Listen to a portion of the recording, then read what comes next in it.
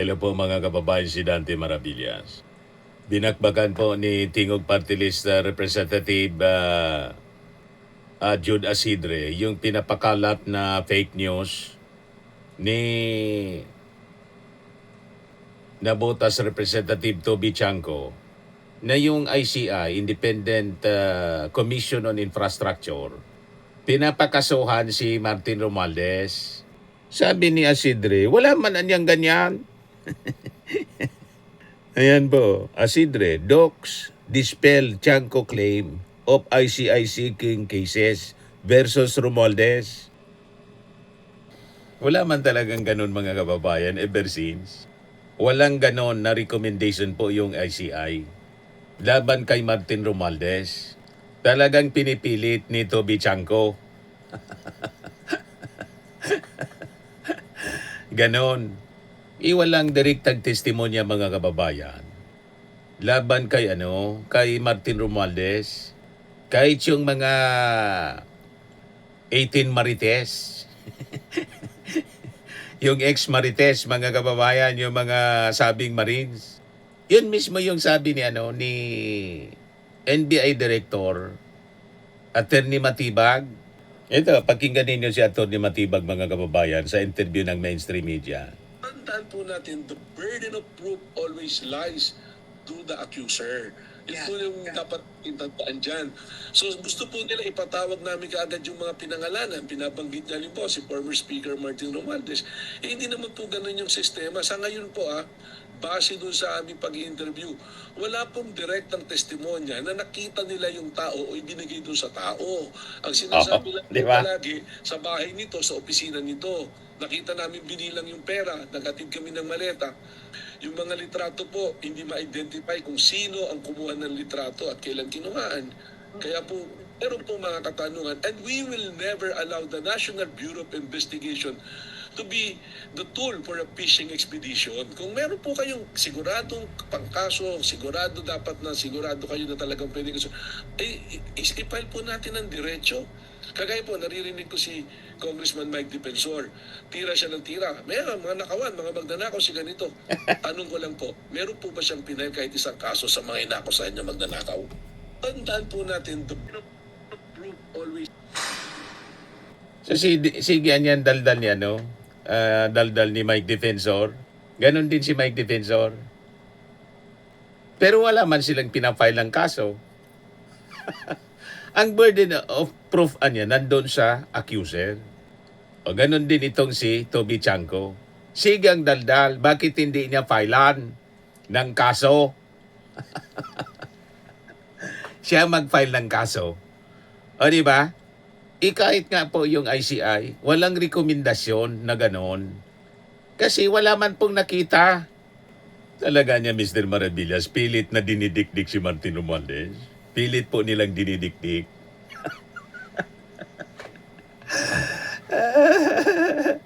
Yan sabi dito, Tingog Party List Representative Jude Asidre has again accused Dambotas Representative Toby Chanco of misleading the public when he claimed that charges were recommended against former Speaker Martin Romualdez, noting that documents say otherwise.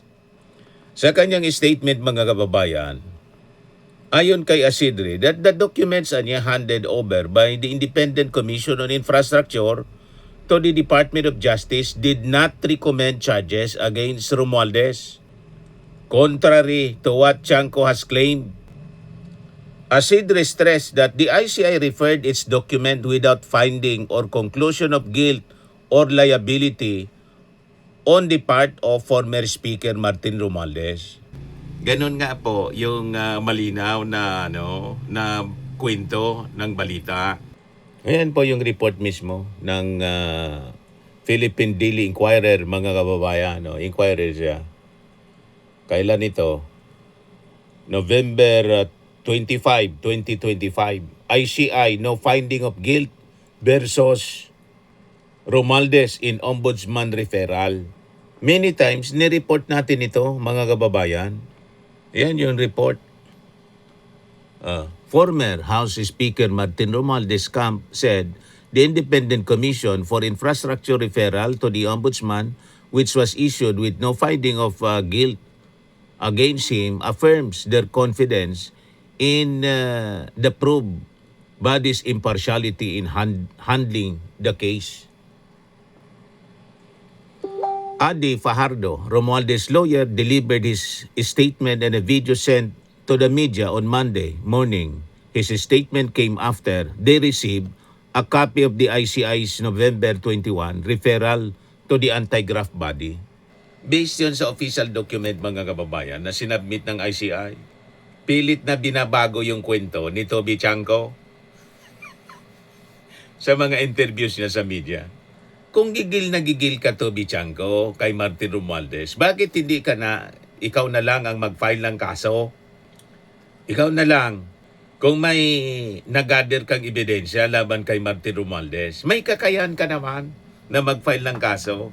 Bakit laging interview lang sa media? Malinawan niya, Mr. Maravillas, na propaganda lang. Ganun na nga po. So yun ang hamon sa'yo. Bakit hindi mo nalang file ng kaso kaya si Martin Romualdez, tapos isabit mo na rin si PBBM?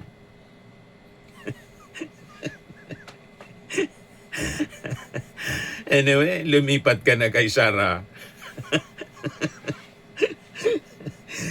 Bakit hindi mo na lang gawin na kayo yung mag-file mismo para makontento ka? Hindi yung puro ikot sa media. Media hopping yung ginagawa mo. Pa-interview dito, pa-interview doon. Puro lang pa-interview. Kaya sabi ni Asidre, the statement niya from the ICI is important because it is a fact-finding body, and as such, it will be used as a basis by government bodies like the Office of the Ombudsman in conducting its own investigation. First, the ICI is a fact-finding body created under Executive Order Number 94, mandated to recommend the filing of appropriate cases before the proper authorities. Sabi po ni Asidre, in this case, it made no such finding. Second, the referral was made precisely to allow the Office of the Ombudsman to conduct its own independent investigation because no determination of liability has been made. Sabi po ni Asidre.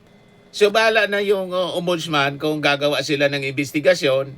Basta yung findings ng sinubmit, yung findings ng ICI, sinubmit nila sa Office of the Ombudsman. For the reference man lang po, pero walang no finding of guilt. Napakalinaw. No finding of guilt. Hindi nagrekomenda ng kaso tulad ng sinasabi ni Toby Chanco. Hindi nagrekomenda.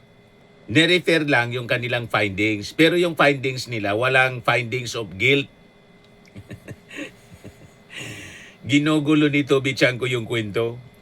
And that is the official document na nasa kamay ngayon ng Ombudsman. Huwag ninyong baluktutin. Ngayon, kung interesado ka na mag-file ng kaso, bakit hindi ka na lang kayo na mismo? Kaya mo man na mag-file ng kaso. Kasuhan mo na si Martin. O di ba? Gigil na gigil ka, ba't hindi mo kasuhan para magkaalaman? Kung may probable cause ka na hawak. At ikaw mismo ang gumawa ng investigasyon kung gusto mo. Di ba?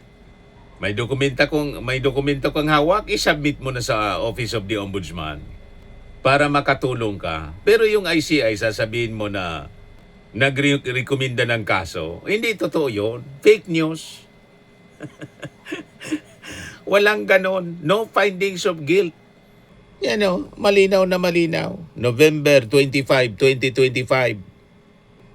Yung sabi dito sa balita, Asidre's latest statement came after a back and forth between him and Chanco. Last March 17, Chanco claimed that some lawmakers allegedly involved in the flood control scandal are posing for Vice President Sara Duterte's impeachment because they cannot negotiate terms to absolve them of accountability should she become president. Tiangco also claimed that items in the 2025 national budget may have been used to influence lawmakers in voting for Duterte's impeachment. An accusation countered by Isidre, who said that they have never discussed such matters even when Romualdez was still House of Representatives Speaker. Challenge siya ng mga congressmen. Kung may bribe niya na nalalaman ka, pangalanan mo sino yung bribe. Wala man siyang mapangalanan. O, di ba? Para i-impeach si Sara Duterte. Puro propaganda, mga kababayan, yung nalalaman ni Toby Chanco.